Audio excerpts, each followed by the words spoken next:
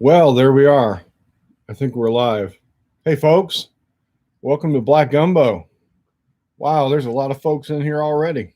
Everybody's waiting on us. Hey there, Mage Grey Wolf, Fishes and Loaves Life, a Peacemaker, Old Man in the Garden. Wow, we got a Gypsy Bee, thank you. Stephen Luna. Hey, Woodstock, Georgia. Lauren, hey, Lauren, no, David the Good should not be worried because, well, I'm just a fanboy, right? I try to, he's the reason I garden, basically. Sue, how you doing? Thank you for the congratulations. Northwest Indiana. Hey, Jason, glad to see you here. Wanda, hey, Wanda, glad to see you. Man, Wanda Kelly's been in so many question and answers. She asks a lot of questions. Hey, Void Day, thank you for the congratulations. Karen, welcome. Heavy Metal Gardener, what's your favorite heavy metal band? Let's see. Kimmy, Mr. and Mrs. Catch 22 Homestead, The Banks Homestead, Barbara Story, Jan, welcome. Hey, Jan, what part of Houston are you in? Living a Rogue Life, welcome. Thank you for the congratulations. Willow, hey there. Evelyn, man, Down Under Small Veg Garden Diaries. Man, you guys are on the other side of the earth. That's awesome. Wow, people are flowing in here now. I'm so glad to see you guys. We have been making videos for 4 or 5 years now. A lot of those older ones are no longer on my channel, but yeah. Hey, Scott, how you doing? Glad you stopped by to say hello, man. A wild man in Canada. Glad to see you there, Scott. Christine, Abilene. Man, I drove through Abilene once. Robert Moore. Hey, Kay. Thank you for stopping by. Thank you for the congratulations. Kay Cottrell. Y'all go check out the Late Bloomer channel, Kay Cottrell. She is starting all over on a homestead, which is a whole lot different than where she was in the Los Angeles area. Thank you, Lauren. Oh, I'm so grateful. Thank you for the super chat. I appreciate that. You guys are going so fast. Hey, Fork and Allotment, man, I love your channel name.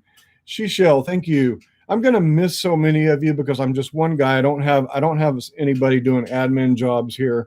And it's already going so fast. I'm not going to be able to say hello to everybody. So if I miss you, well, that's the way it goes. So thank you for the congratulations on 90,000 subscriptions. That's what I'm doing the live stream for. Man, guys, I'm so humbled. I'm so very humbled that my little backyard garden, which is so small, so tiny, it's not a homestead, it's not a big garden. It's 3 beds and a bunch of containers and maybe some fruit. And people have been tuning in to find out what I'm doing in my backyard. And wow, it's just so humbling that such a small garden could generate so much interest. And I hope that's because it inspires you to do gardening. Gardening is so easy, actually. It's a lot of work, but I mean, it's not real heady work. You don't have to, overthink things. So 90,000 subscribers. Wow, it's incredible. And I'll be honest with you, I'm making money. I'm making a little bit of money to supplement my income, and that was part of my goal. And so I'm very grateful for your watch. All you got to do is just watch the channel. Thank you, Kate. Thank you so much. Kay, you're so generous.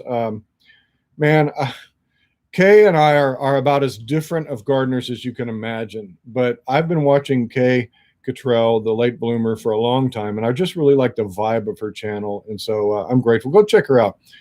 She's doing new stuff, really interesting things. I'm a whole lot more interested in how she's going to handle that homestead she's got and that cistern and all the things she's doing out there than I mean, I enjoyed her Late Bloomer Garden 1.0, but wow, I really enjoy what she's doing out there now. Mexico, wow, glad to see you. Man, so many people, I can't keep up. Jason, I'm so grateful for what you're doing over there too, up in Oklahoma. Jason Avers, go check his channel out too. Jason Avers has been teaching me a lot about some pretty advanced techniques in gardening and in agroforestry.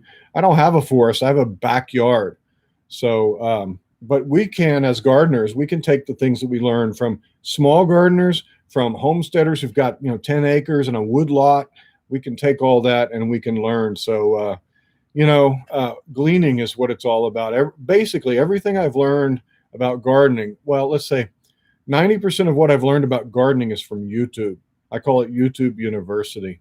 And while I have read a lot of gardening books and continue to do so, what I discover is that the things I read in the books, I've already learned them on YouTube. So, so what I'm doing here, I have kind of a live stream outline about what I want to talk about, but I want you guys to be able to talk in the chat section, and I'll try to pay attention to it as best I can. But I want to talk about the state of the channel, the state of the garden, upcoming projects, the single seed challenge, and then field any questions you guys might have. And I want to be on at least an hour, maybe more if it seems appropriate. But 90,000 subscriptions means that there's a lot of people watching the channel, and I have a responsibility to be more careful with the information that I put out there. And in my early videos, I was, I wasn't as careful as I try to be now. And some of the information that I put out there turned out to be less optimal for my context, but might be optimal for yours. But what I'm trying to do is show you how I garden, and that's all I want to do. So, gleaning from all the various channels that I watch has helped me to be able to adapt techniques to my backyard. And really, it's a tiny little place, but the state of the garden is that we're in our waning days of the fall garden. And so what we're going to do is I'm going to show you a few videos on harvesting. In fact, tomorrow I'm going to have a premiere at 5 p.m. Of harvesting the final crops of the winter garden. And my wife is going to show you what she does with all of our lemons. Man, we had so many lemons. We had, I wish I'd have weighed them. They would be in the hundreds and hundreds of pounds of Meyer lemons from our citrus tree. And we're trying to use every little bit of that and not waste any of it. We want to be good stewards of what God has provided for us. And we've got tons of lemons. And when life gives you lemons, well, you do all the things, right? Lemon juice, lemon curd, lemon pie, lemon, all the lemon stuff. So tomorrow, 5 p.m., my wife's going to show you at the end of our video what we're doing to make lemon zest that's not textury. She likes it dry. So the state of the garden is that in March the 1st, it's going to be all gone, and we're going to be starting over with our spring garden. And so I hope that wherever you are, I'm in zone 9A, which means that Brooklyn, it's incredible. The lemons are just, I'm almost sick and tired of them. But what we're going to try to do as we move forward is show you how to start a spring garden from scratch. We've started our seeds. I've shown you some of that stuff. But the spring garden is it's really, I enjoy spring gardening till summer hits. And that's when it just gets to be miserable and the channel slows down. But my favorite gardening is fall and winter gardens. Fall and winter gardening to me in this area where we live, we're blessed to have basically year-round gardening, and it's the most beautiful garden. I get the things that I like the most out of the garden, like cabbage, Brussels sprouts, carrots, root crops. We've got tons of those, and but it's about to be done. And so we're going to be doing some spring projects like how-tos, how to plant squash in a pot, how to plant eggplant, how to plant okra, how to plant tomatoes in containers. I don't know what it is, but I can make, and I know that you guys who have gardening channels, you know this to be true as well. You can make the same video over and over every single year and just do a fresh version of it, and it goes crazy. People love it. And tomatoes and peppers are those things for me. People love tomato videos and pepper videos. So just a hint, if you're gardening and you have a YouTube channel, show people how to grow the most popular crops. And those videos will pretty much do well if you make good quality content. So I'm also going to grow an herb garden this year. I've never grown a specifically dedicated herb garden. Any hints and tips you guys can give me on growing an herb garden, I would eat those up. I have these two little 2x6 raised beds on the side of my patio and one over by my fig deck, and they are crying out to be filled with herbs. So I'm going to try to fill them with medicinal and culinary herbs and pollinator attractors, and I'm going to try to document that. But I'm a little late on starting seeds on those. I don't have any more room under my grow lights, and so that's a problem for me. My grow lights are filled with tomatoes and peppers right now. So let's see here, Stephen. I'm in Texas. I'm on the coast of Texas.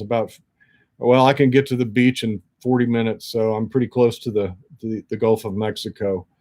Let me see if there's any questions here and what you guys are talking about, because everybody's talking and there's so many people I can't keep up with it.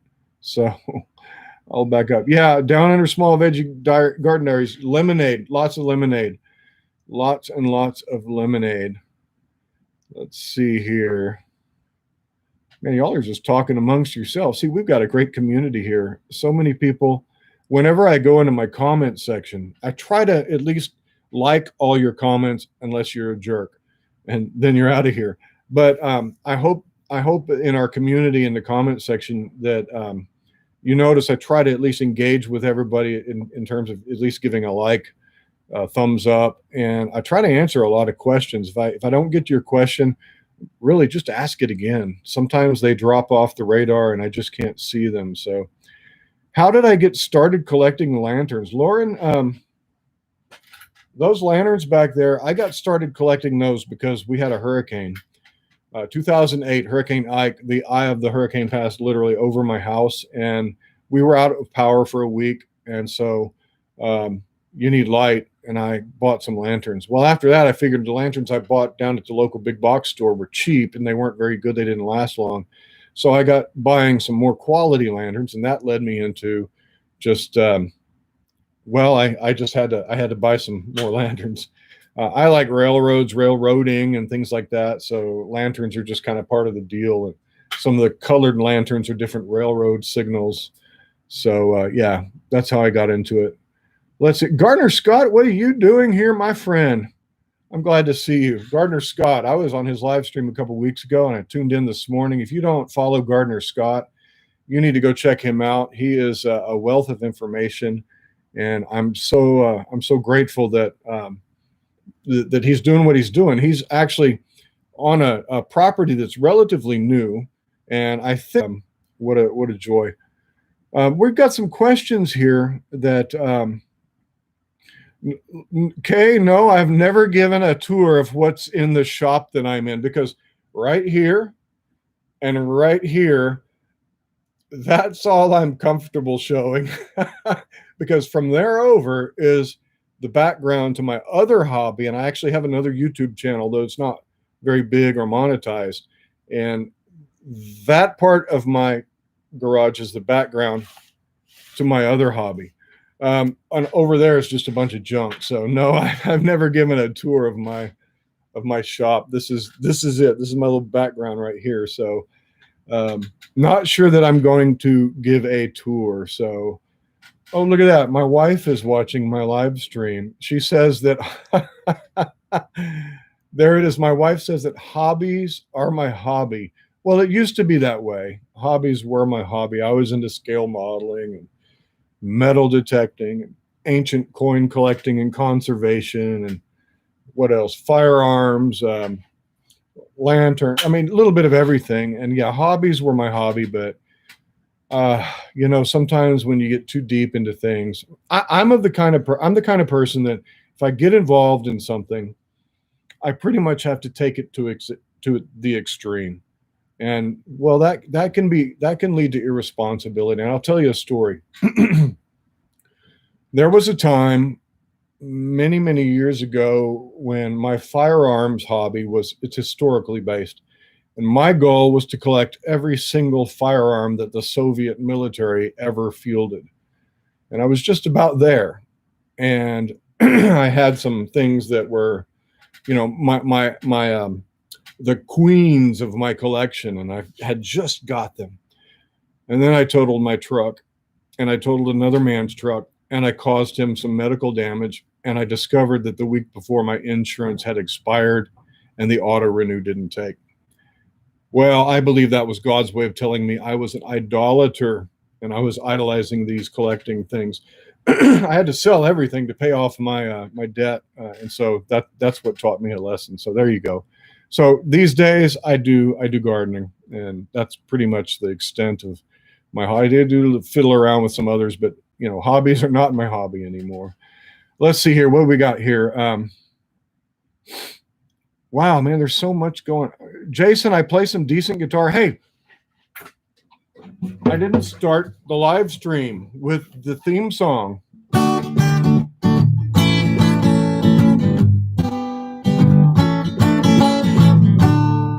Well, that was pretty bad. I didn't get the little that's in there, but that's a separate track in my intro, and so you don't really know that, so just pretend you didn't hear me mess up. But yeah, Jason, I play a little bit of guitar. You're better than me. Dave the Good's better than me, but I don't know what the deal is, but a lot of gardeners play guitar too. So let's see. Yeah, Tammy, I've tried to do some cool stuff, but sometimes cool stuff takes over your life and causes you to invest time in things you might not ought to invest time in too much. And I've been there. I've invested a lot of time in things that were way too they took over my life. And so I had a reset. I was forced into a reset, and well, here I am now. I hope that I'm a little more balanced in things, but well, I guess time will tell. Let's see. Christine, how do you protect your garden from freezing? Abilene, 8A, 28 degrees and dropping. Christine, you're in Abilene, man. That's like the howling prairie up there in Texas where the B-1 bombers come in up there. I don't often protect my garden from freezing, but this coming week, I'm going to have what will likely be a pretty close brush with a deep freeze. We got one of those late. Well, you know about it. It's coming to your place first. I have most of my crops that are out there. It doesn't matter. They're cold hardy. The things that are in the beds are finishing up, and whatever's left, well, they're going to make it through the freeze. But I'm concerned about my fruit trees that I just put in. My fruit trees are brand new. I just put them in a couple weeks ago. And all I'm going to do is cover them with a couple layers of plastic bags. I'm going to put a gallon milk jug filled with hot water under there. And I'm going to hope that that's going to keep them from freezing. So that's what I'm going to do with those. My citrus and pots I'm going to bring into the house, and they should be fine in there. Hey there. My family's arriving. That's awesome. So that's what I'm going to do to protect from freezes there. Everything else, my fig trees, they're still dormant. They'll be fine. Fig trees, I've got so many fig trees. I've had it snow and deep freeze on these fig trees, and they always bounce back. So unless we're getting below like 25 degrees, and that's like really, really rare here, I'm not going to worry about it. So I'm not going to do anything except cover my tender new fruit trees. I've got a plum and I've got a peach. Let's see. Lauren asks, I mentioned that Sam is really getting interested in gardening. How am I going to give him his own? Am I going to give him his own section? Well, Sam's interested in gardening, not for gardening's sake. I'll be honest with you. Sam's interested in gardening because I pay him a portion. Whatever percentage of the video he works in with me, I give him a percentage of the funds. And so, but what I'm counting on with my son is kind of same thing that, happened with me when I was a kid. My dad taught me a lot of things I didn't care about. He gave me a car, a 1976 Gran Torino, the brown bomb. But in order to take that car, he made me pull the engine out and rebuild it. And I hated that. Man, I hated that. But you know what it did? It made me understand how cars work. It made me understand that I can do things. It made me understand later in life, I'm like, wow, I got an alternator out on our van. Wow, I can rebuild that. I can take it out and replace it myself because I remember my dad invested in me. And so I get him out there, and Samuel now knows how to plant a garden. He knows how to care for a garden. He knows how to prune. He knows how to do all the garden tasks that should he really take a great interest in it himself later on, then, wow, that means he's got the knowledge and he can think back on what we've done. So Debbie, you use old sheets over plants and they work really well with clothespins. Yeah, I've heard that. I've got some old. I'd like to try to cover that if it gets cold enough, but we're gonna watch the weather a little close because well, sometimes the weatherman says it's going to be, a deep freeze in Houston. I live close to Houston, but I live between Houston and Galveston, and I get the Gulf of Mexico effect. And if it's going to be 30 degrees in the city of Houston downtown, it's going to be 35 degrees in my area. That's usually how it works.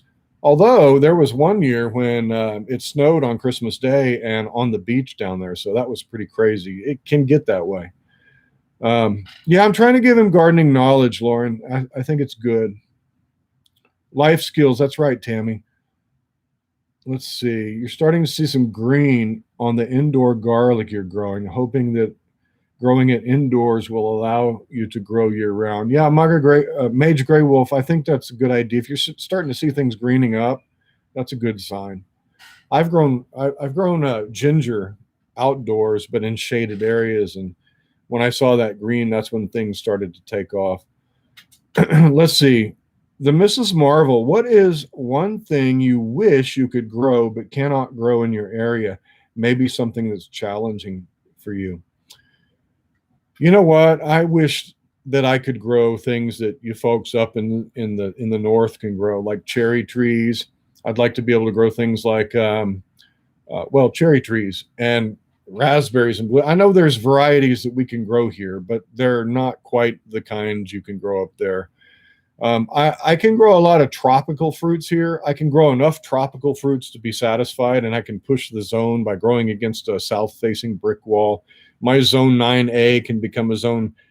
Really, I'm on the border of 9A and 9B, so I can push it to maybe zone 10. And I could grow moringa and papaya and things like that if I really worked at it. On the south side of my house, I've got a nice brick wall there. But then there's weeks like this coming week, which would undermine that effort. So I like the idea of growing like cherries and things that you can grow up north. I wish I could grow those. Let's see here. Let me try to get some questions here. There's so much to go through. Man, I have never had so many people. I've actually done a couple of live streams in the past and never had this many folks. Hey, Joe, how you doing? Let's see. Lily D, welcome. I'm glad you're here. Betty, I'm glad you're here too. Big Wave, Florida. Yeah, that snow in Corpus in the 70s. When I was that particular snow, I was in the 70s. I was probably in grade school or intermediate school, and I remember snow back then. And I remember I couldn't open the front door to my house because my hands were so numb. Of course, we don't know about snow down here really. And I was playing out in the snow, built a snowman, and couldn't come back in. And when I knocked on the door, I remember crying because my hands were so they were just so numb and it hurt. I remember the 70s snows. Yeah, Gardner Scott. I'd be able to grow some of those tropical fruits here, but again, that the things I want to grow are things that I might be able to push through the winter when we have one of those freak cold snaps. So, hey Brett, glad to see you here. Melanie Linkus, straw bale gardening. What are my thoughts? Well, a lot of people are into all kinds of different kinds of gardening, and straw bale gardening is a viable way to go. A lot of people use hay bales for that, and I would just direct you to my videos on aminopyrrolate herbicides and persistent herbicides that are in hay. I nearly killed my garden one year by bringing in Bermuda coastal hay as a mulch, and that hay had been treated. So just be careful what you're getting. Maybe do a test crop of a real fast-growing dicot plant in that straw or that hay. Straw is fine usually with regard to aminopyrrolids. But hay, if you're using a hay bale, I would check it first by growing a small plant in it and seeing if that plant will grow. And when its true leaves come on, watch if they're healthy, you're fine. If they start kind of being lumpy and deformed, then I might not trust that hay bale. Yeah, thanks, Brett. I'm going to do some more streaming once I reach 100,000 subs.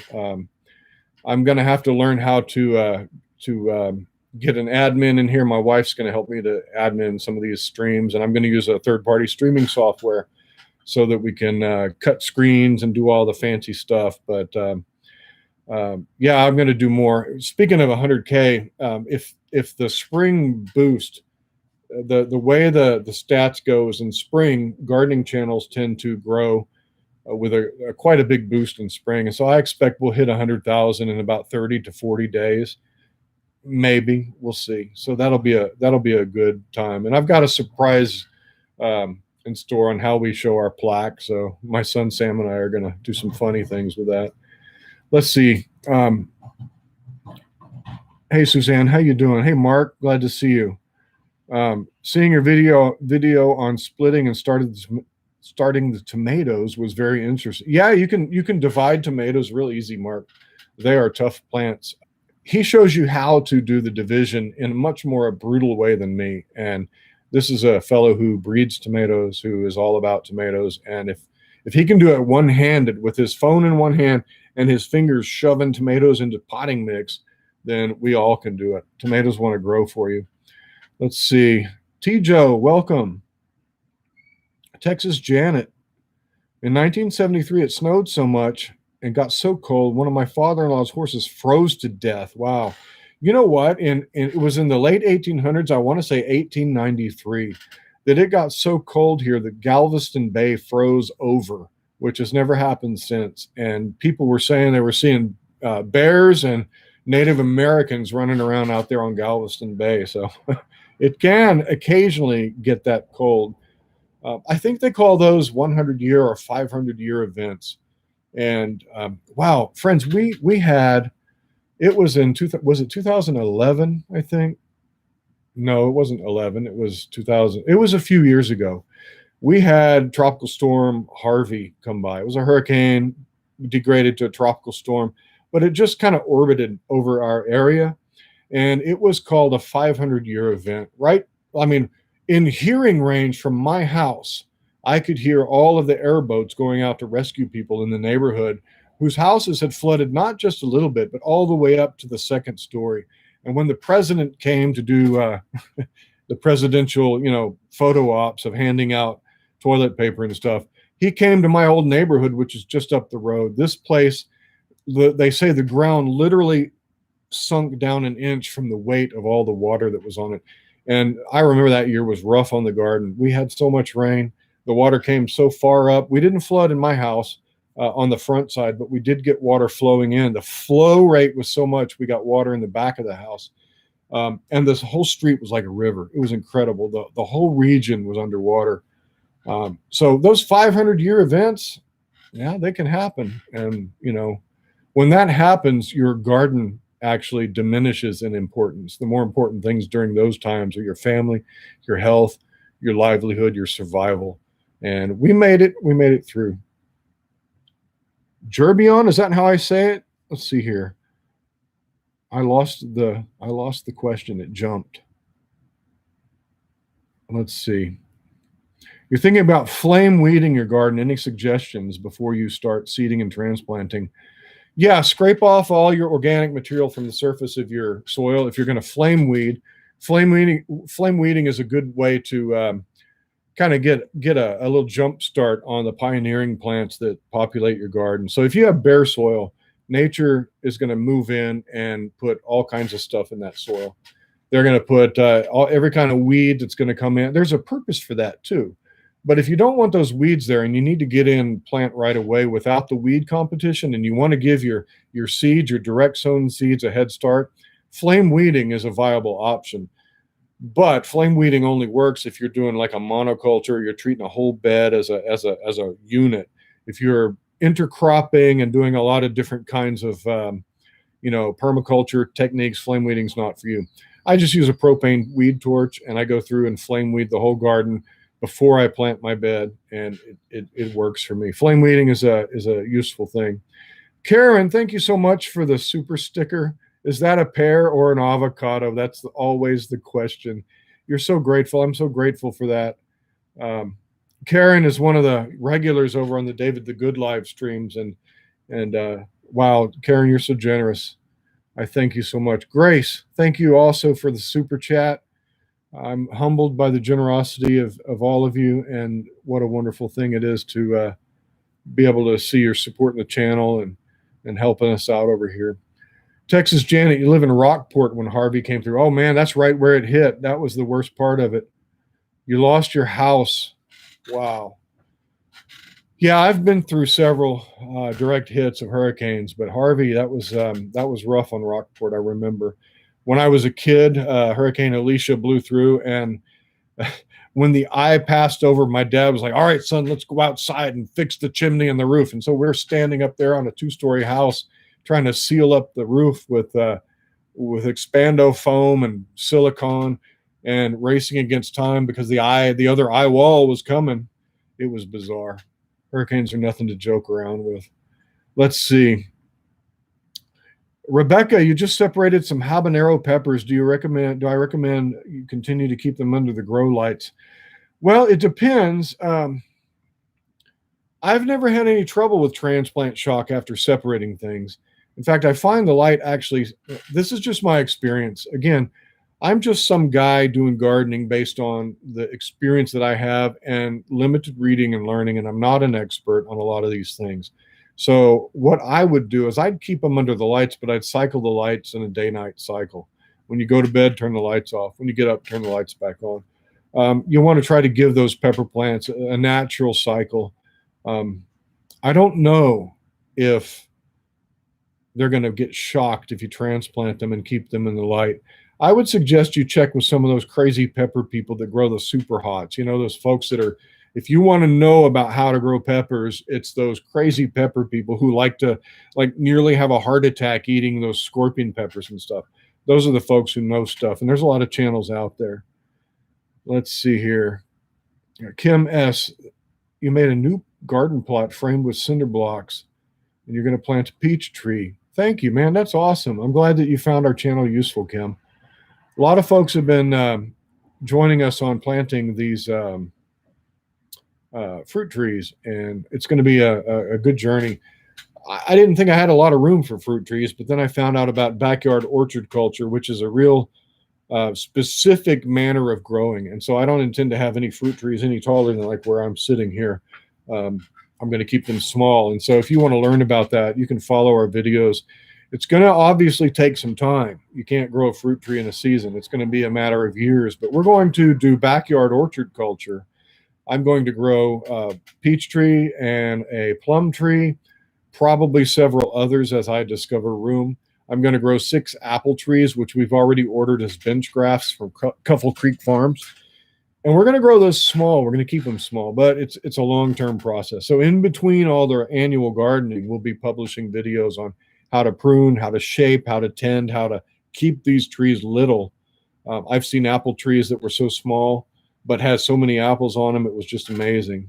So that's what we're going to do there. Let's see. I'm missing a lot of stuff here.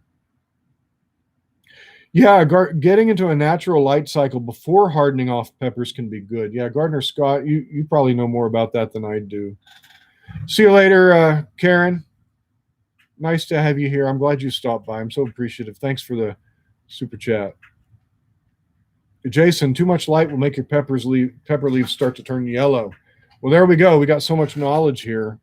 It's good to have you guys answer questions for one another, because I don't have all the answers as much as I'd like to. EJLP, anyone here know how many acres that I'm working with? I'm working with 1/4 of an acre, and most of it is taken up by a house. So I have a very tiny, small backyard, and my backyard has 3 raised garden beds, about 250 square feet. I've got a lot of potted plants. I have a lot of space for some small fruit trees, but not a lot of space. So that's kind of the whole culture of my channel, is I'm trying to keep it where folks who have a limited amount of space can learn to grow food and garden. That's the whole thing about my channel. It's not homesteading, though we try to do some micro homesteady stuff. It's not orchard keeping, though I do have a small Muscadine micro vineyard. So yeah, it's real small. Beth Breck, yeah, mosquitoes are already here. I don't deal with mosquitoes. I go inside or I put on mosquito repellent. But yeah, there's mosquitoes flying around here right now. Um, LP, yeah, I didn't know about backyard orchard culture either until a few years ago. And I read, actually, let me show you. I read this book, Grow a Little Fruit Tree by Anne Ralph. And this book was recommended to me by David the Good, who wrote Free Plants for Everyone. And he wrote a whole bunch of other books like Grow or Die. I love his little books. They're witty, they're fun. But this one here, this is was my introduction to backyard orchard culture. You might want to also check out Dave Wilson's nursery on YouTube. And Dave Wilson's folks have a lot of good videos on how to do backyard orchard culture. And yeah, when you grow fruit trees like my dad did, you grow them up and they get in the power lines, and you see a lot of apples way up there, but you can't get to them without breaking your neck or electrocuting yourself. So I'm going to keep them all small, and it's a real thing. It's a real interesting thing. And I've also watched a lot of orchards. Like there's some African growers, and they've learned that if they grow these trees 30 feet tall and they send their folks out there to harvest the trees, and they're beating all these fruits down, they're plopping on the ground, they're getting bruised, folks are falling out of trees and breaking their leg, that it costs more money to harvest their orchard than it does the guy across the road who chopped all his trees and are starting this small fruit tree culture. And they can go in, they get better fruit, they get higher yields actually, they don't break legs, and when they take their fruit to market, they get a higher price because the fruit is better quality. It's not been bruised up. So yeah, backyard orchard culture, it's a real thing. And I'm going to be getting into that real deep over the next couple of years. But again, if you want to follow it, it's going to take years. So we just got our first trees in. Let's see here. I've got some folks asking more questions here. Big Wave, you'd like to see some collaboration with some of you guys. Well, I was with Gardner Scott recently. A couple of weeks ago, we talked about the single seed challenge. That was real fun. I really appreciate that. Scott invited me on his show, and I'm very grateful. Kay, man, I'd love to do something with Kay. She's busy right now, but one of these days, I think I'd like to go visit Kay's homestead and see what she's up to. She did mention actually the single seed challenge once, and I've been on her live streams and chatted a few times. So let's see here. Yeah, so there's so much going on right now. I'm so busy with the garden. I pruned my muscadine grapes today. I've got a video coming on Thursday on how to prune mature muscadines, and I understand that most of my audience does not want to see a video on muscadines, but there are some that do. I understand that most of my audience is into annual gardens and traditional garden beds, and so that's what I tailor most of my content for. But I can't help but share the other things as well in hopes that it inspires you to grow with the small space you have. Let's see, I just saw something here. John McCoy, yeah, I say that kale is for birds. Yeah, my son has poultry and geese, and I pretty much grow the kale for those birds. Yeah, so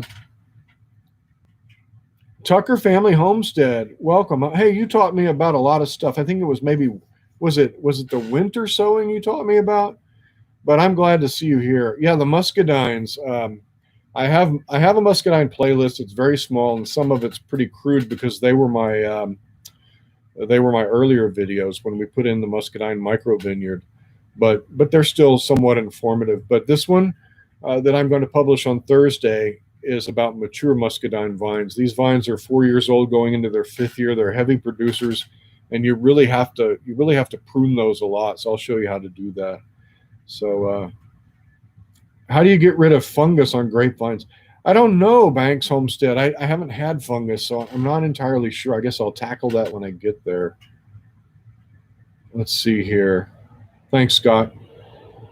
A video on my grapes. Yeah, Mage Gray Wolf, look for Thursday. I've got a video scheduled for Thursday. I've already made it. I edited and uploaded it today, but it'll be publishing on Thursday. and it's about muscadines, and you'll be able to see what you can do with a small space, and you'll be able to see the kind of harvest you can get. Fork and allotment, yeah, you do some small stuff out there as well. Um, let's see. Will I grow potatoes? Christine Ledford asks, will I grow potatoes? I don't know, man. I grew potatoes last year, and it was actually the first time.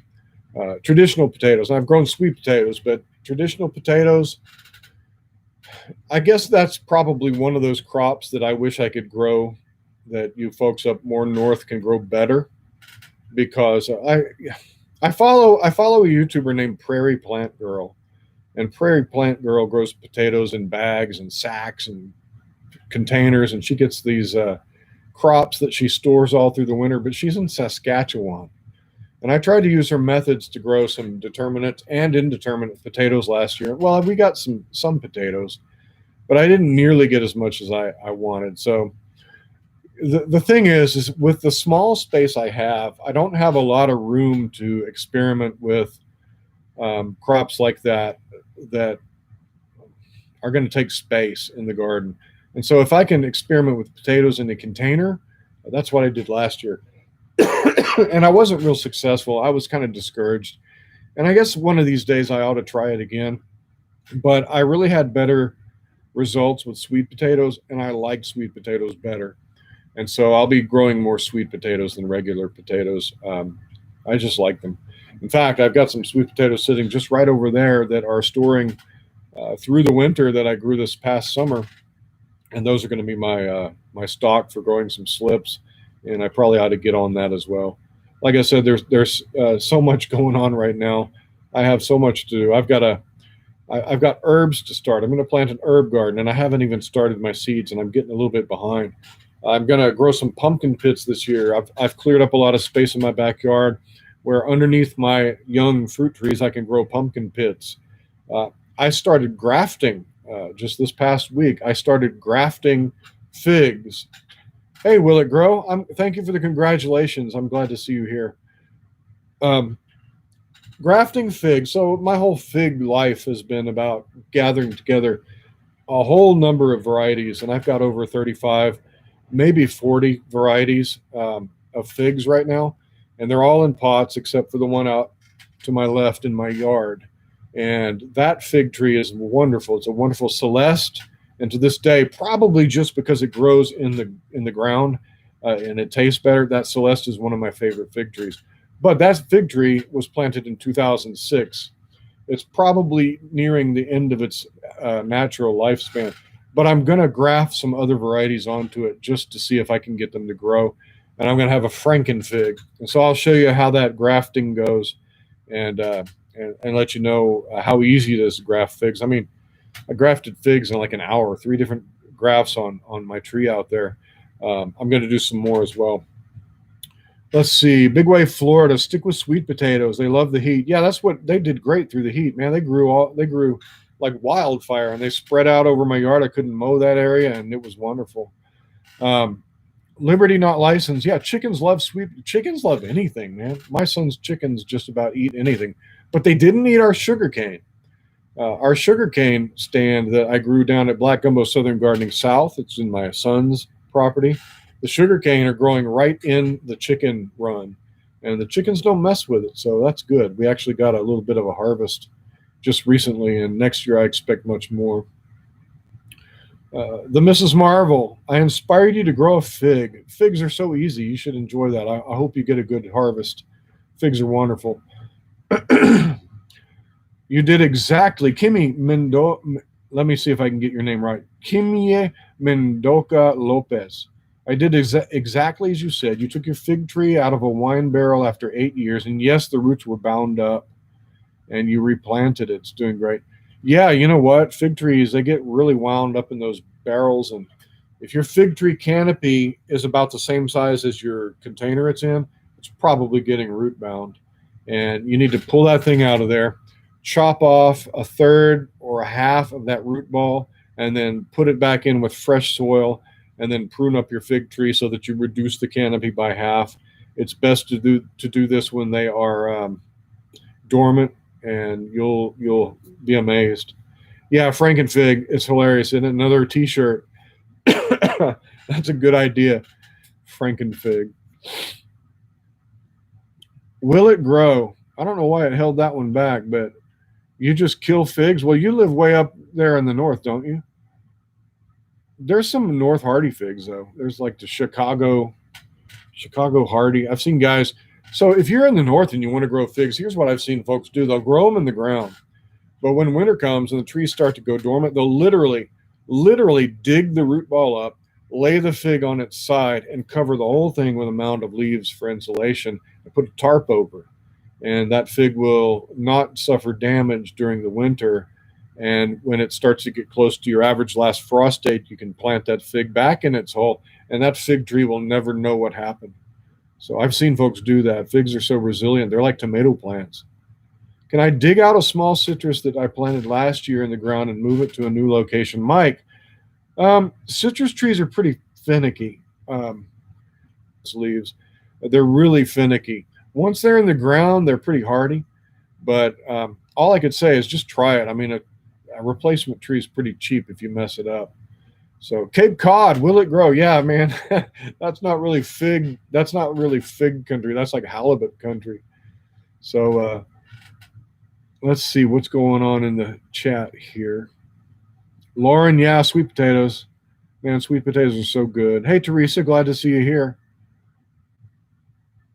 So let me talk about the single seed challenge real quick. If you're not involved in the single seed challenge, this is just a way for you to participate in the gardening community on YouTube, and also to appreciate the beauty of the growing seed. So the single seed challenge is you take single seed. I mean, don't plant a whole bunch of these things. When we deal with our crops, we look at them and say, that's my carrots, that's my turnips, and we deal with them as a whole. But to take a single seed, one seed, and yeah, it's kind of scary. You're just planting one seed. What if it doesn't come up? But take one seed and sow that seed and grow it and watch it, nurture it, and document it on your YouTube channel or on your Instagram account, and use the hashtag Single Seed Challenge 2021. And what that'll do is it'll force you to focus on one plant, and you'll be able to appreciate that plant's entire life cycle. It's a challenge in the fact that you're paying attention to and nurturing just that one plant, and you're able to see the beauty of how a plant completes its life cycle and grows. And well, if you don't succeed, start over. Just to tip my hat, my single seed challenge is not working out real well. My wife's single seed challenges, they didn't come up. My son Sam, his is doing great. But if you don't succeed at first, try again. The single seed challenge is just a way that we can also connect to one another and go see how each other's plants are growing. And I've got a video on that on the single seed challenge. After the live stream is over, I'll link it down in the description area. But yeah, the single seed challenge. There is a guy. I'm trying to remember his channel name. The Invisigardener.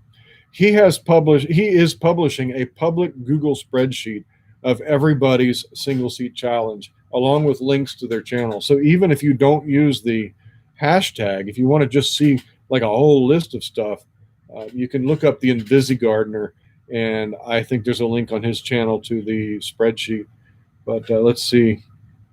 Yeah, the challenge is not planting multiple seeds.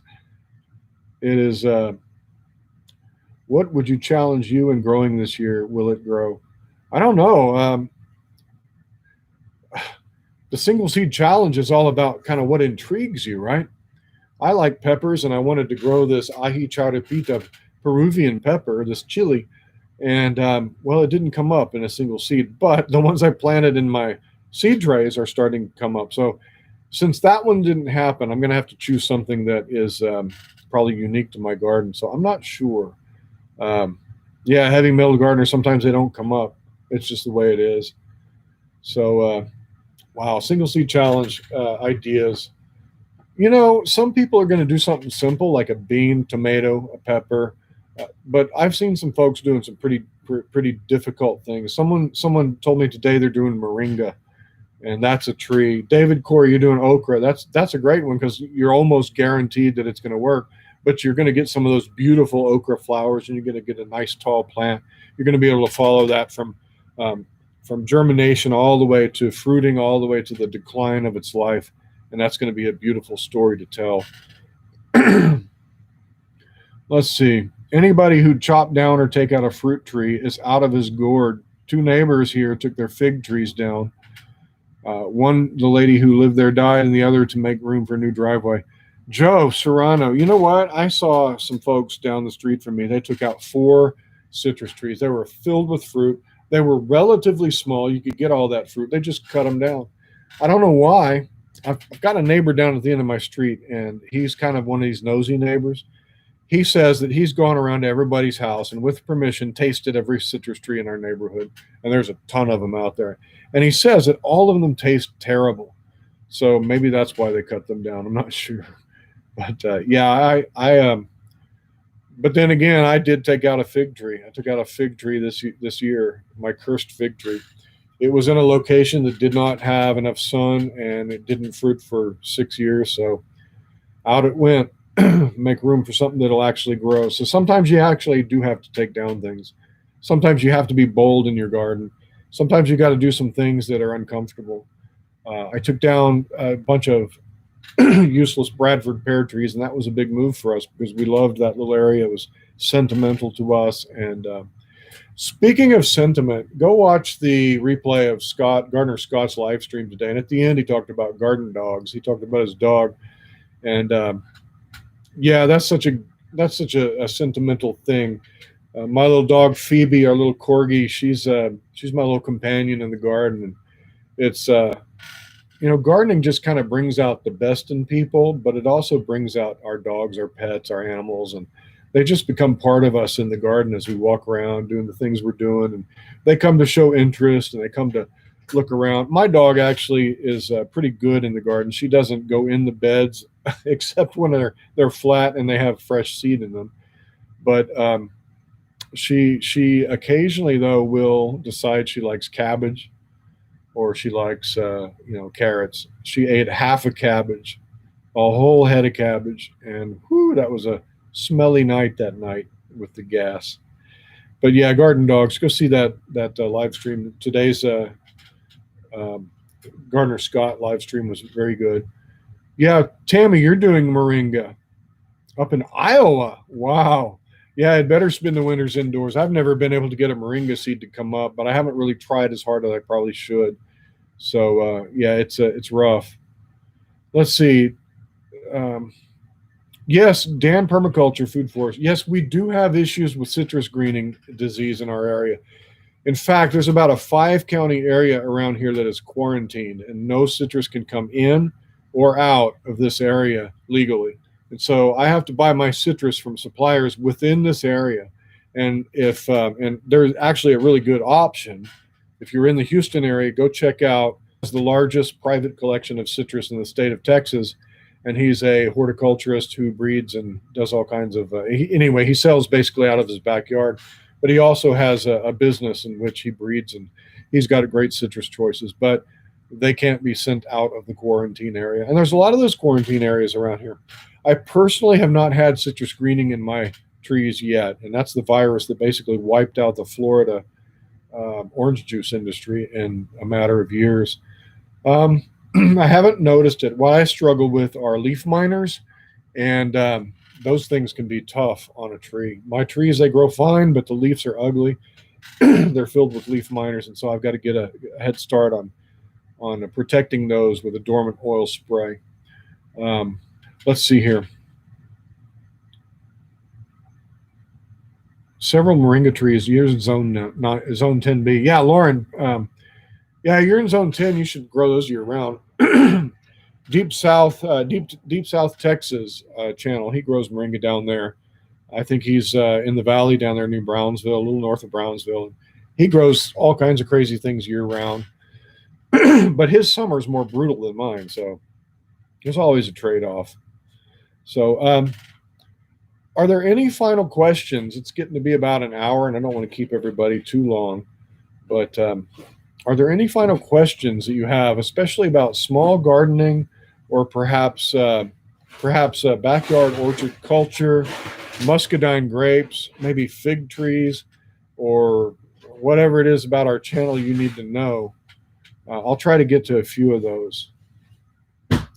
Betty, I don't know why it held that message back, but stevia. You know, my son grew stevia 2 years ago. He grew a plant named Steve, and it grew great. It wasn't real fussy, but we didn't grow it from seed either. We bought it as a start. So let's see here. Lauren, what are the celebration plans when you hit 100K? We're going to do a live stream, and I'm going to have a special video when my plaque comes in. That's about all we're going to do. Just keep on gardening. It'll be the height of spring, I hope, if I anticipate things rightly. Then we'll just do a video and a live stream.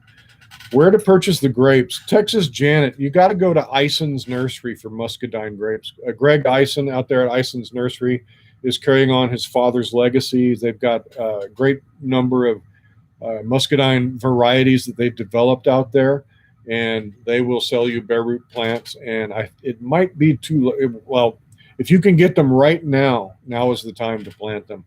They'll come to you as bare roots, and you'll be able to plant those in and train them up and build a trellis in time. But yeah, Greg Ison is the man when it comes to muscadines. Joe, how many turnip varieties are there? I don't know. I've only grown a few of them, but there are, if you just mention any kind of vegetable, there are dozens, if not hundreds, if not thousands of varieties of those. I'm growing your basic purple top white globe right now, but last year I grew a Japanese red variety that was flat, very nice, very delicious. It was a good turnip. Jan, you're growing moringa here in Houston. Good for you. I wish I could get on top of some moringa. I'd like it for chop and drop. A hedge of fig trees. What type of soil should I use? In the spring, well-drained soil. Fig trees don't like to have their feet wet for too long. They are an arid Mediterranean plant, and they prefer a loose, well-drained soil. But that said, I've got fig trees that I've seen in my area, in my neighborhood, growing in solid black gumbo clay. But to give them the best start, at least have some good topsoil to put them in. What's your technical setup for making videos? They're always well done. My technical setup is my iPhone, and I just work within the limits of my phone camera. I have a remote mic that I'll use occasionally. I have a tripod, and I edit on free software. And I come from a background of professional video editing and creative direction. So I have a good camera. I have good equipment, but it's too bulky and it's too much of a hassle to use. I find that my iPhone gives the kind of down-to-earth quality that I want in my channel. I want my culture not to be so polished that it looks like a professional production, but I want it to be cut, edited, and framed up in a way that gives the idea that we're putting quality information out here. So I'm kind of walking a fine line. If I ever upgrade a camera, I will make sure not to go too highly polished on the cinematography, so to speak. So yeah, someone asked me to do a how-to video on how I make my videos. I might do that, but I edit on a MacBook Pro with iMovie, and I'm pretty much pushing iMovie to its limits on what it can do. Like because I'm using my iPhone for audio, sometimes the audio quality is really bad in certain segments, and so I don't get enough volume, and so I have to layer my audio tracks and then try to reduce the ambient noise. You know, all that's just tricks I learned from guys in editing studios that taught me how to get around the limitations of certain things. But I mean, all you need is an iPhone. All you need is your phone. I've seen guys in the independent film industry, in which I've been trained a lot, make entire feature-length films on nothing but an iPhone. So you can do it. Let's see. Let me back up here and try to catch some other questions here. Just rambling on about movie making. Let's see. Thanks, Will It Grow. I try to do good content. If you have a YouTube channel, okay, so if you have a YouTube channel, let me give you some things that I've learned. Edit. I cut out 90% of what I film. Get to the point. Don't have a lot of stuff. If there's a silent area, I try to keep it less than 3 seconds. If there's B-roll, I like to lay it over something that's useful. Um, have have a short intro. My intro, that little song that I play at the beginning, it's too long. If I could do it again, I would make it about half as length. You don't necessarily have to have an intro. You don't even need music. If you do quality stuff that engages people, get to the point. Don't waste people's time. Do good videos, and people will come watch them. Am I familiar with multi-variety fruit trees, namely the fruit cocktail tree (LP)? Yeah, I'm familiar with that. I've seen folks that have got apricots and nectarines and all kinds of stone fruit on one tree, and that's what I'm doing right over there with my frankenfig. I intend to put about a dozen varieties of fig on there. Of course, they're all figs, but I'm going to try that. So yeah, that's a good way to get a lot of fruit out of one space. Any recommendations for grow lights bought at retail stores? Homestead Aquarius. I bought my grow lights on Amazon, and they're called Leapfrog brand, but that was just the brand that the distributor slapped on it.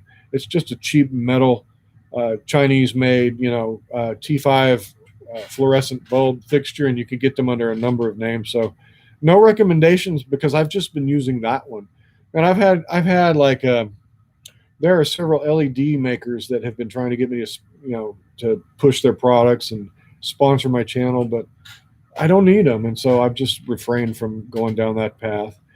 Um, Thank you, Christine. I appreciate you thanking me. You're very, very welcome. I thank you for watching our videos. Let's see. I should grow salsa. I should grow a salsa garden section. You know what? Riverdale Gardens, I would love to. The problem is we love cilantro in our salsa, and cilantro won't grow during the summer when all the peppers and everything else is growing. But yeah, we love salsa.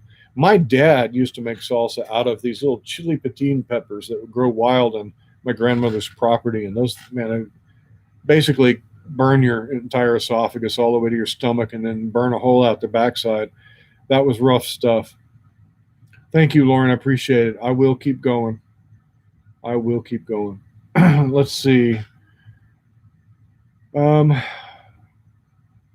you're having a Link man, I am having white, thick, horizontal lines on your jalapenos. Harvest, please explain.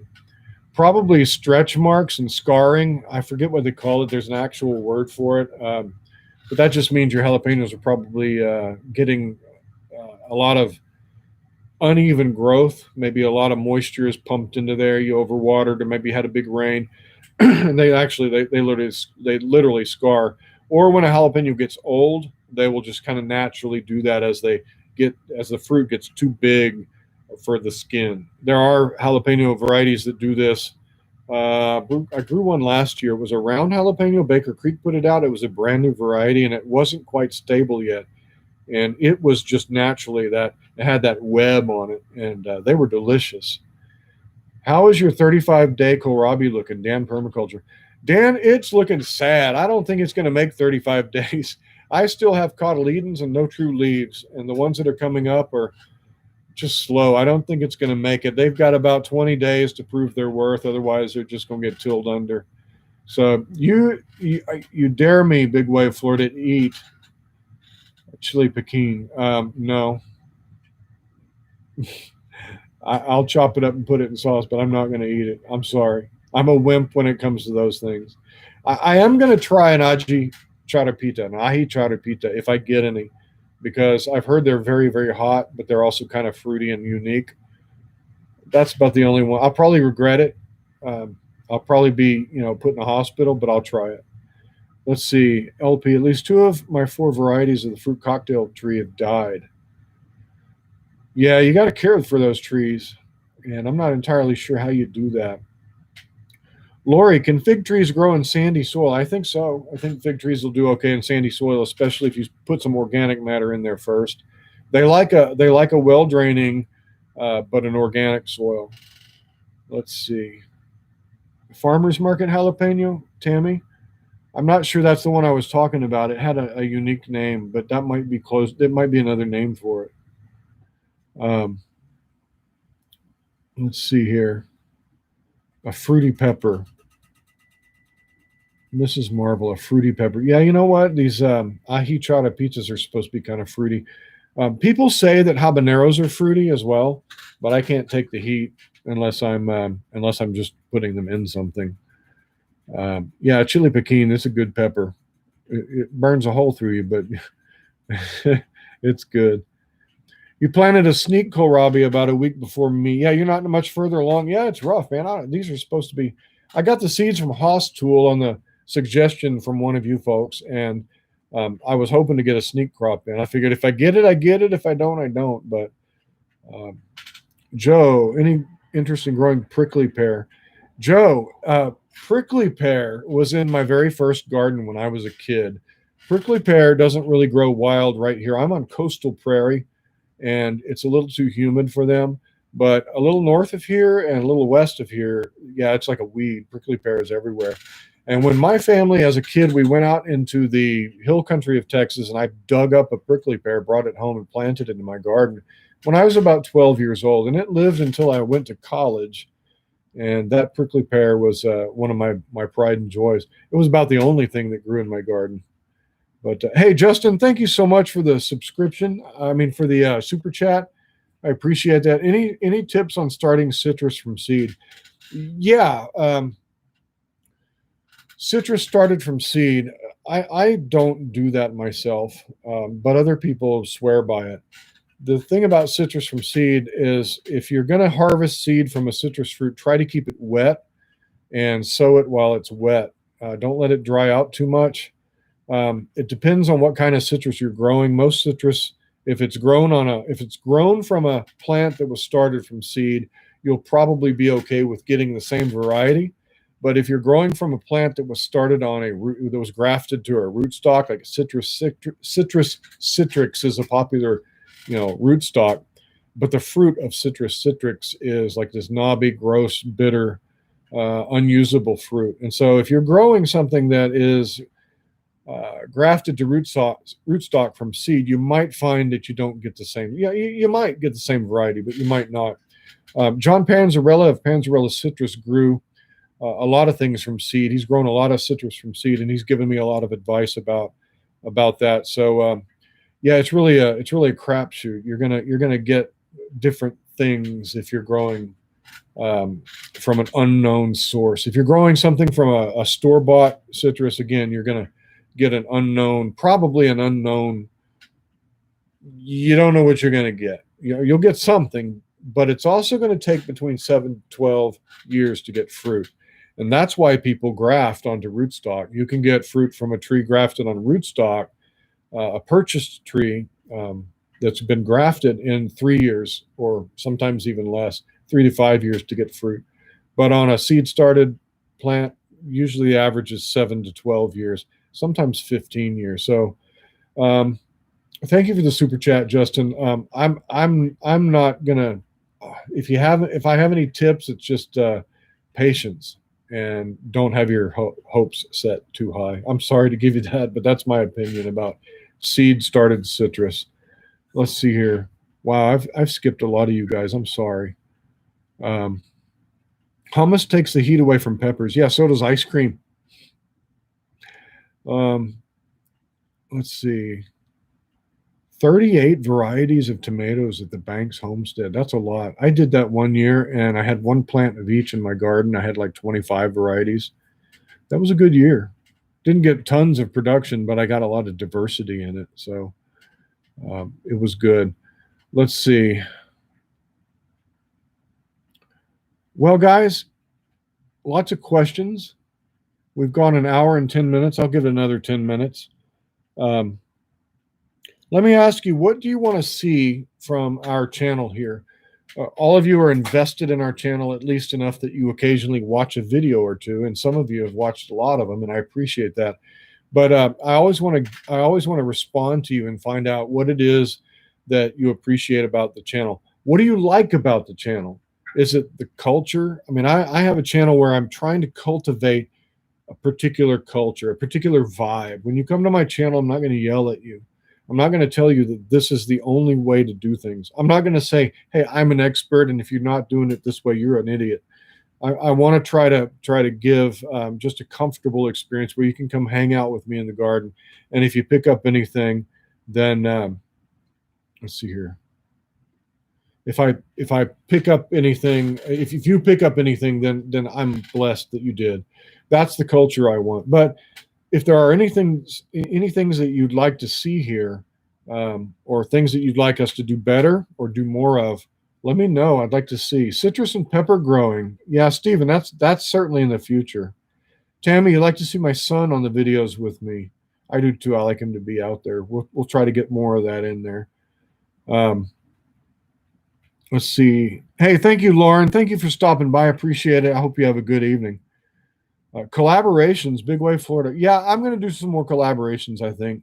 I'm going out east in the late spring, maybe early summer, and I'm going to crash David the Good's place. And I don't know, he kind of knows I'm coming, but he doesn't know when. So we'll do that. I'm going to go check out his garden and see how it's going.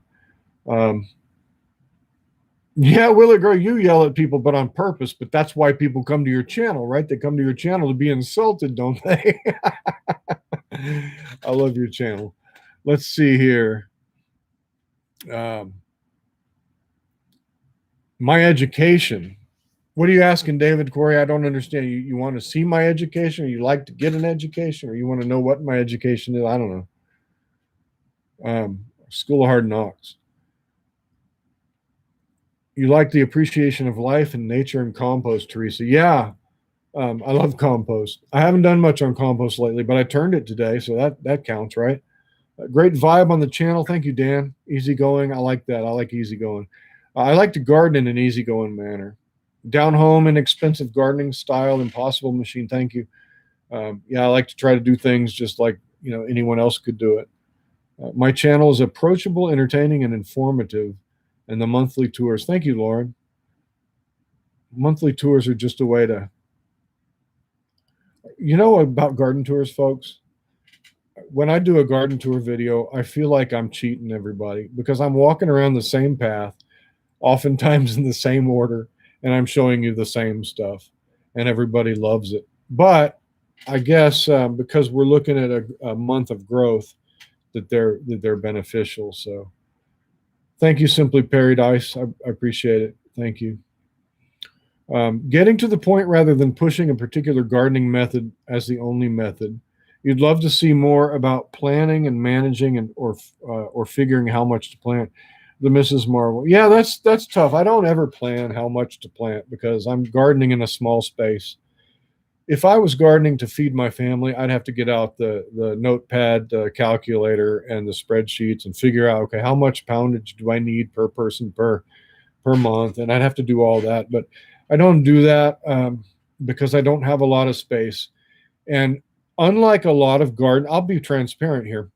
Unlike a lot of gardens where you're growing food to feed your family or you're growing food to supplement your grocery bill, my garden is for that in some ways, but my garden is also to generate YouTube income.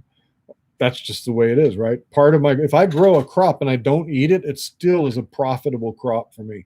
Like my kale, I'm not going to eat any of that kale. I'm not going to eat any of the beets that I grew this year because they're not bulking up. But my garden and growing it is still profitable for me. For number one, you guys watch the videos and you endure the ads. And when you endure the ads, I get a little penny or two, and that's good. Second, well, if I don't eat it, I can throw it in compost and I can eat it later as another crop, or I can give it to the birds down at my son's place. So it's profitable for me. And I don't think of it in terms of how much food do I need to grow and plan to feed my family. That's just the way it is here. So, yeah, Brett, I appreciate that you like it laid back, no nonsense style, a breath of fresh air. I'm going to publish a video. Actually, I have a premiere going at 5 p.m. tomorrow of our winter harvest. I'm going to just go harvest some stuff. And it's just kind of a breath of fresh air. You're going to spend half the video just watching me harvest stuff and some nice music in the background and a little bit of talking over. And then my wife's going to show you how she makes the most of our lemon harvest. And that's just a little relaxing video. Not a whole lot of teaching in that, but people seem to like that. So that's what we're going to do. Tammy, you like the dog. I love her too. My dog, Phoebe, she is our official garden corgi. Um, and yeah, I appreciate that you like the dog. The dog's a good thing. Um, let's see. I got to scroll down because I stopped the feed here to look at something, and now all of a sudden there's a whole lot of people that I'm going to miss. I'm sorry, guys, if I miss stuff. Homestead Aquarius. Yeah, I try to be honest about my garden channel. I mean, I have to be honest. If I'm not honest, I'm deceiving you, and deception is always uncovered somehow. I garden to garden, but I also garden to make money on YouTube. That's just the way it is. Um, I love it, and I'm grateful that I can do it, and I'm grateful that people enjoy the things I do. But I promise you that if I garden for YouTube, I'm going to show you honest stuff, real stuff, not fake stuff. I'm not going to make anything up. I'm not going to grow a crop and then like shift the target, or I'm not going to show you one thing and then show you another result. I'm going to show you the real result. If something fails, it fails. That's a YouTube video. That's what I always tell my wife and my kid and my son. You know, if we get out there and we plant all this stuff and a hurricane blows it down and ruins our garden, we haven't failed. That's a video, because people need to understand that gardening is not always successful. Sometimes you get spider mites and they wipe out your crop. Sometimes you get herbicide tainted gardens and it kills everything. Well, that's content people need to know about.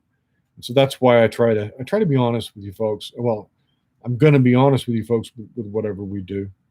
Beets for salad leaves. You know, I hated beets down under Small Veggie Garden Diaries. I hated beets for the longest time, but I like them when I juice them, and I do like the greens. I like them sautéed, so that's really good. Let's see. You both have about the same amount of space, Mage Grey Wolf. So tips on how to grow in small spaces is useful for me. That's what I do. Grow in small spaces. I'm reading a book called Gaia's Garden. It's a classic book on permaculture and building these food forests and these self-sustaining permanent environments. And I'd love to do all that stuff, but I can't. I don't have the space, and some of my space is reserved for other things. But I can glean from that book and show you how to adapt some of these things to a small space. That's what I intend to do.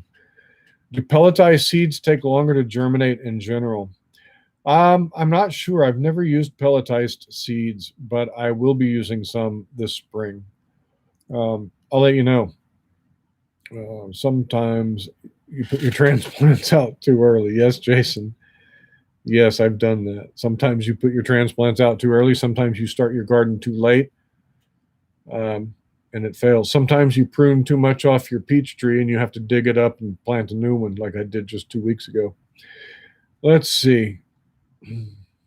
Would planting the same crop in 3 different containers and using 3 different soil types and mixes, or even 3 different fertilizers, and watching what does better? You'd like to see that. You know, that's interesting. Nina Will says she'd like to see 3 different varieties of the same crop. I don't know that I can do that. I've done some things like that in the past, but I don't think I have space. That's the problem with having a very small garden space, is I don't have a lot of room for redundant experimentation. But I know who does. Go check out David the Good's channel and look at his 12 different methods of growing in poor soil. Look at how he has tried to amend the soil in 12 different test beds in 12 different ways. And that test is just now coming to fruition. They had a taste test last week.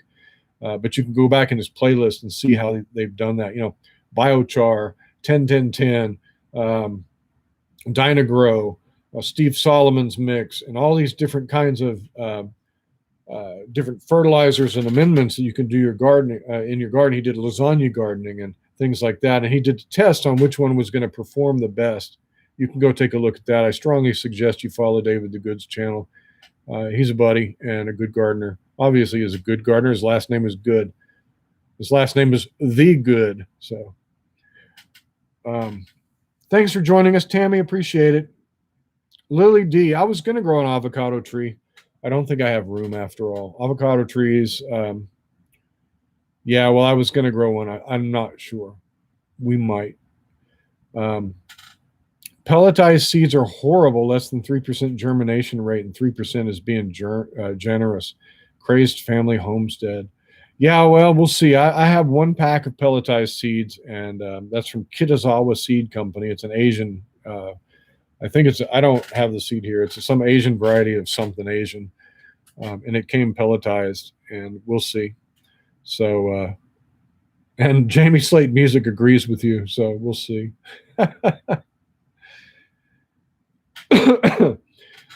Well, guys, it's been an hour and 20 minutes. I think that's going to do it for us. I appreciate all your questions, and I appreciate just hanging out with you guys. Just hanging out with the folks who I recognize from all of the comments has been a real joy. And I'm so humbled that I have so many subscribers who are engaged, who like the stuff we make, and I appreciate it so much. We'll keep trying to do good content for you, and expect another live stream when we hit 100,000, which shouldn't be too long the way things are going. I think that it might be maybe a month or 2 months. Social Blade says it's going to be in 90 days, but I think the spring boost will get us there sooner. So I appreciate all your chat. I appreciate all the live, the super chats. I'm so grateful for you guys. Thank you, Lauren. Lauren slips one in at the last minute. I appreciate that live chat. You're so generous. You guys are awesome. This community that we have here is wonderful. I appreciate all of you guys. Thank you for 90,000 subscribers. And I hope you have a good evening. I hope that you are blessed by God. I hope that you have a good rest of your week. And I will see you on the next video. Happy gardening to you. Bye-bye.